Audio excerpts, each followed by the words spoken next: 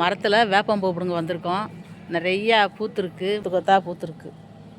நிறையா கீழே பூத்து உதிர்ந்துருச்சு. பெரிய மரம், ரொம்ப வருஷத்து மரம், காயெல்லாம் கிடக்குந்தா. இப்போ நம்ம அந்த வேப்பம்பூவை பிடிங்கிட்டு போய் வேப்பம்பூ ரசம் வைக்க போகிறோம். இப்போ அந்த வேப்பம்பூ இப்படி தான் இருக்கும். நல்லா பிச்சிப்பூ மாதிரி நல்லா இருக்குது. நிறையா பூ அப்படியே கீழே உதிர்ந்து கிடக்கு. மாடியில் ஊரா இலையாக உளுந்து கிடக்கு. இப்போ அந்த பூவை பூரா நம்ம இங்கே இப்படி ஆஞ்சு எடுத்துகிட்டு போய் ரசம் வைப்போம்.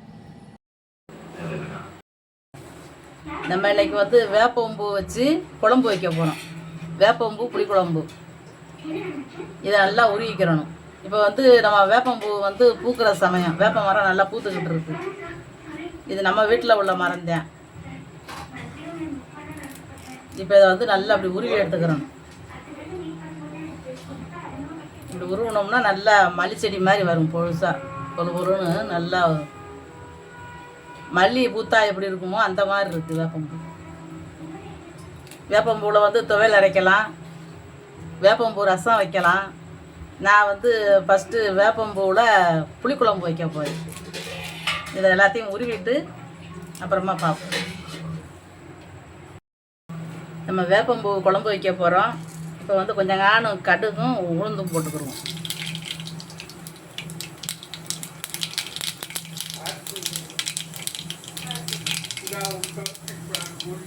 ரெண்டு கருவேப்பிலை போட்டு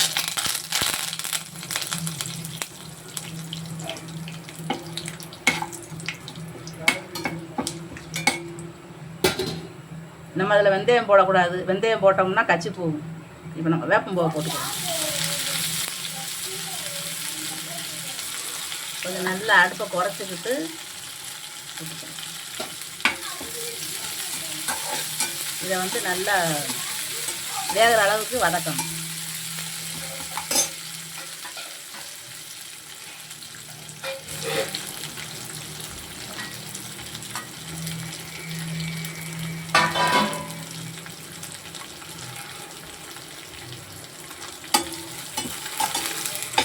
நல்லா மணமாக இருக்கு.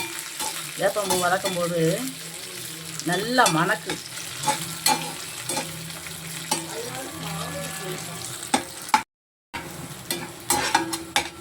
நல்லா வதங்கிடுச்சு. வேப்பம்பூ நல்லா வதங்கி கலர் மாறி வந்துருச்சு. இப்போ நம்ம வெள்ளைப்பூடு போட்டுக்கணும்.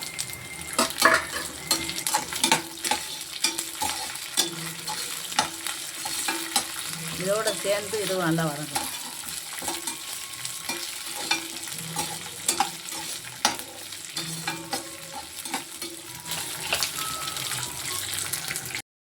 இப்போ நம்ம சின்ன வெங்காயம் வெட்டி வச்சுருக்கோம், அதையும் போட்டுக்கணும். இதுவும் நல்லா வதங்கணும்.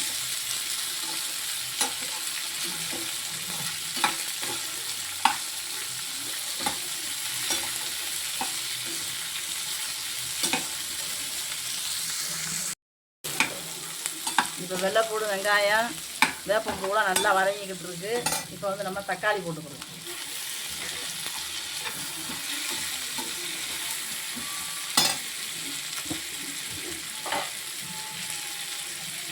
இதில் கொஞ்சம் உப்பு போட்டுக்குருவோம்.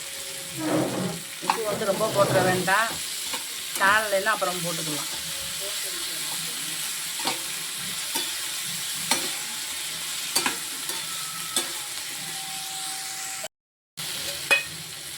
இது நல்லா வதங்கிக்கிட்டு இருக்கு. இப்போ நம்ம குழம்பு பொடி போட்டுக்கிறோம். குழம்பு பொடி ரொம்ப போட்டுற வேணாம், கொஞ்சம் போட்டால் போதும்.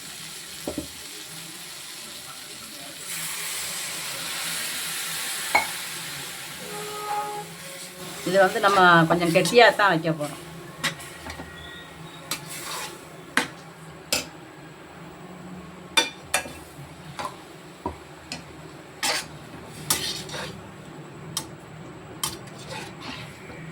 இது பாதி வேக்காடு வந்த பிறகு தான் புளியை கரைச்சி ஊற்றணும்.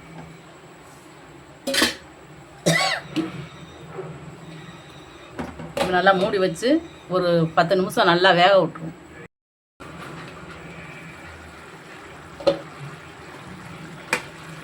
குழம்பு நல்லா கெட்டியாக வந்துருச்சு. இப்போ நம்ம புளியை கரைச்சி வச்சுருக்கோம், ஊற்றிடுவோம்.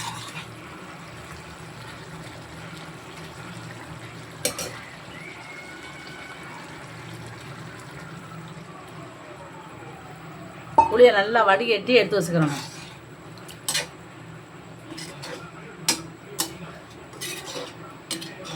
நல்லா கெட்டியாகவே வைக்கணும். நம்ம கொஞ்சம் காணும் ஊற்றி பிணைஞ்சு சாப்பிட்ற மாதிரி நல்லா கெட்டியாக வற்றி வரணும். சின்ன வெங்காயம் இது, அதை கண்டு நல்லா அப்படி வேகாமல் முழுசாக கிடக்கிற மாதிரி இருக்கும். பெரிய வெங்காயம்னா குழஞ்சி போயிடும். சின்ன வெங்காயம் வந்து சீக்கிரத்தில் வேகாது. ஏன்னா அந்த குழம்புக்கு சின்ன வெங்காயம் தான் நல்லாயிருக்கும்.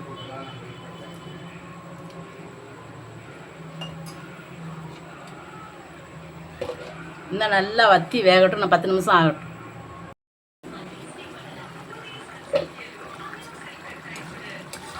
குழம்பு நல்லா வற்றி வருது, நல்லா வெந்து.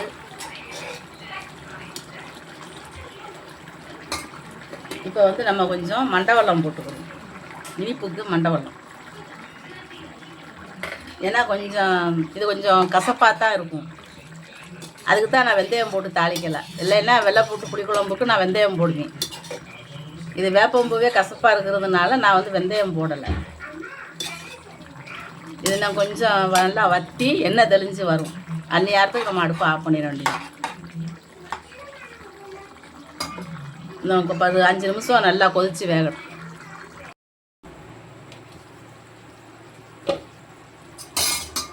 குழம்பு வந்து நல்லா எண்ணெய் பிரிஞ்சு நல்லா வந்துருச்சு. வேப்பம்பூ குழம்பு இது வந்து நமக்கு இந்த குழம்புலாம் உடம்புக்கு ரொம்ப நல்லது. கொஞ்சம் நல்லா சூடாக சோறுனாலும் சரி தான், நல்லா ஆறின சோறுனாலும் இந்த குழம்பை நம்ம ஊற்றி ஒரு 2 நாளைக்கு வச்சு சாப்பிட்லாம். நம்ம கொஞ்சம் புளியெலாம் நல்லா ஊற்றிருக்கோம். அவ்வளோ சீக்கிரம் கெட்டு போகாது. நல்லா எண்ணெய் தெளிஞ்சு இப்படி வரணும். இந்த அளவுக்கு நம்ம கெட்டியாக இருந்தால் தான் சாப்பிட்றதுக்கு நல்லாயிருக்கும். லைட்டு கசப்பாக தான் இருக்கும். வேப்பம்பூங்கிறதுனால கசப்பு இல்லாமலாம் இருக்காது. கசப்பாக இருந்தாலும் நம்ம உடம்புக்கு அது நல்லது. நம்ம உடம்புல உள்ள கிருமிகளை அழிக்கும். நல்லா பசி எடுக்கும். நம்ம வேப்பம்பூ ரசம் வச்சு சாப்பிட்லாம், துவையல் அரைச்சி சாப்பிட்லாம். அது இன்னொரு நாளைக்கு நான் செஞ்சு காட்டுறேன். இப்போ வந்து நான் வந்து வேப்பம்பூ போட்டு வெள்ளைப்பூடு சின்ன வெங்காயம் போட்டு நான் வந்து புளிக்குழம்பு வச்சுருக்கேன். இதில் நான் பச்சை மிளகா இதெல்லாம் போடலை. புளிக்குழம்புனாலே நான் பச்சை மிளகா நிறையா போடுவேன். இது வந்து கொஞ்சம் மருந்து குழம்பு மாதிரி கசப்பான குழம்பு தான்.